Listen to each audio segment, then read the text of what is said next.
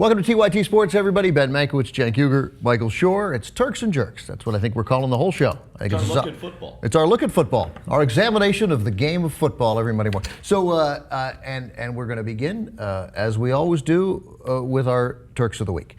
Michael. My Turks of the Week, they go to sort of en masse Michigan State. Michigan State University. Drew Stanton, quarterback. Brian Hoyer, quarterback. Kirk Cousins, quarterback. All won. Some of them you hadn't even heard of or expected to see play at all. A great advertisement yesterday for Michigan State football. All for Michigan State, where you're not going to be good enough to start in the NFL, but if circumstances dictate that you must, you might win. It's one of the longest mottos in all of college football, but it's true. Well, if circumstances dictate that they have to go around like that. Right. Either because a more prominent quarterback has been injured, or a more prominent quarterback will start at a later time for your team. Right, well, that's true. Although, I mean, Brian Hoyer pushing the mute button on Johnny Manziel a little bit, I would say. I mean, he's proven efficient anyway. America has been lit on fire by those Michigan State quarterbacks. They can't stop talking about them. But like we've now gone a minute into this segment. For the love of God, let's use it. I don't know anyone else who's doing it. It's Football Brian. Yeah, I'm sorry. It's Brian Football. Brian Football. It's Brian Football. Excuse me. Yeah. I didn't know what you were talking about when you said football, Brian. Yeah, it's Brian Football. So Brian Football played, I thought, really well yesterday. Beat the Saints.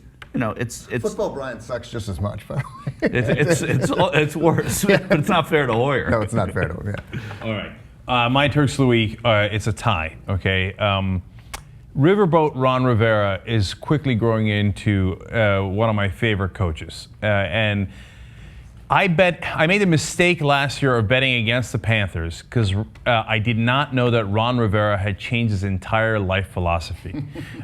In the past, he'd been too conservative. And this is not me making it up. This is him saying it, right? And I had seen that he was too conservative. And here's what conservative coaches do. They lose. They're generally miserable losers. Oh my God, I have a lead, I'm going to sit on it. Whatever it is that they do, they panic and they lose. And that's how Ron Rivera was. And then at the beginning of last year, he said, after losing to Buffalo, you know what? I kind of suck, and being conservative is pathetic and the wrong way to coach. I'm switching it up, and from now on, I will. Said, really? Yes, yeah. Verbatim. Okay. That's Ron Riverboat. Okay.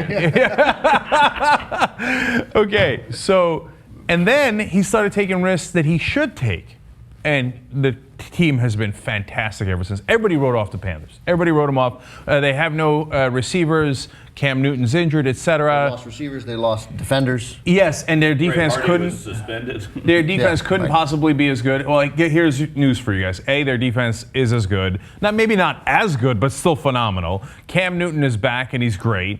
Their receivers this year are better than they were last year. Calvin Benjamin's an excellent receiver, although he dropped some passes this week. And then Avant and Kotria are serviceable, and Greg Olsen is now probably top 3 tight end in the league. So all of a sudden, we got a hell of a squad there. And Riverboat Ron Rivera versus a Jim Caldwell coach team. I was like, how much money do you want me to make? So, of course, I bet on Carolina and won. How much did you make? Like $50? Yes! Yes, a whopping $50. Okay, anyway, so I love Ron Rivera, and they crushed the Lions. Everybody's surprised except me. All right, and then, yeah. I just have a thing with, I was wrong on Ron Rivera. In fact, I was wrong this season on Ron Rivera on our fantasy show with Chris Liss before we began. I doubted. I was like, I'm not buying it yet. I know he gambled. I like the gambling. I'm just not buying it. He looks dumb, right? But I was wrong. Yeah, we've all been wrong. Yeah. But what's great about Ron Rivera is he was wrong about himself. He was wrong about himself. And he was willing to change. That's courage. Okay, that's risk-taking. Okay, finally, Bruce Arians, another coach vastly underrated. I know he's getting to be pretty highly rated, right? Arizona. He's rated. He won Coach of the Year. That's about that's right. That's about as rated as you can get. Nobody knows about this. No, I hear you guys. I hear you, brothers. I do. But still, is he talked about in the same? Maybe you're right. Maybe he shouldn't be talked about in the same league as Bill Belichick until he's won the Super Bowls, etc. But Arizona's a phenomenal team. I found out right before the game. Ben and I were playing basketball that Carson Palmer was not going to play, and I had already made a bet. And I use the bets as to tell you what drives me in football. Right. Okay. Anyway, that Carson Palmer was out, and I had already made a bet on the Cardinals. You know what I did when I went home? You doubled down on it? I doubled down. Really? You know why? Because at that point, now the spread has switched from -3 in favor of Arizona to +3 in favor of the Giants, and +3 against the Cardinals. And I was like, no, Bruce Arians is a great coach. The Giants are a beaten down team. The Cardinals will win anyway with 10. And it's because Arians, and my Turks of the Week are, as you can see, are all coaches. Because the coaches make all the difference.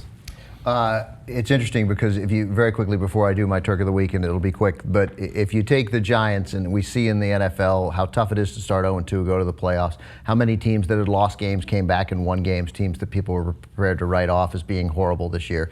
The Giants at home against a poorly rated backup quarterback by NFL standards, at home, didn't have a chance in that game. We're largely not in that game, and that says if we've learned anything in these first 2 weeks, this is the New York Football Giants are bad. So my Turk of the Week, and I'm surprised that anybody else didn't pick him. I know I'm going to be crazy here. I'm actually going to pick a player, Antonio Gates. I mean, it wasn't just that he caught 3 touchdown passes from Phillip Rivers in beating the team that Rodney Harrison said would go 16-0. That lasted 2 weeks. A game the Chargers were in control of from start to finish. 7 catches, 96 yards, 3 touchdowns, and he was not open on many of those. I mean, his footwork was great, the hands were great, and you know, he's 34 years old and had already had 2 down years. Guys don't come back in the NFL from 2 down years after they're 30. That's the biggest. It's so point. rare. It's so rare that you see that. And it wasn't, and very quickly, just my last point on him, it wasn't a one-game thing. He caught 6 balls for 81 yards in week 1. Yeah. He's had 2 really good games. This was an incredible game, but he's had 2 really solid games. Just a quick correction there. Antonio Gates, you must have read the number. Not 34, he's 84. Oh, you know what? I didn't. Yeah. 84. He's 84 years old. Because you are too, you need the glasses. Yeah, because I need the glasses. You've enjoyed our Turks of the Week. Don't forget to check out our Jerks of the Week at TYT Sports.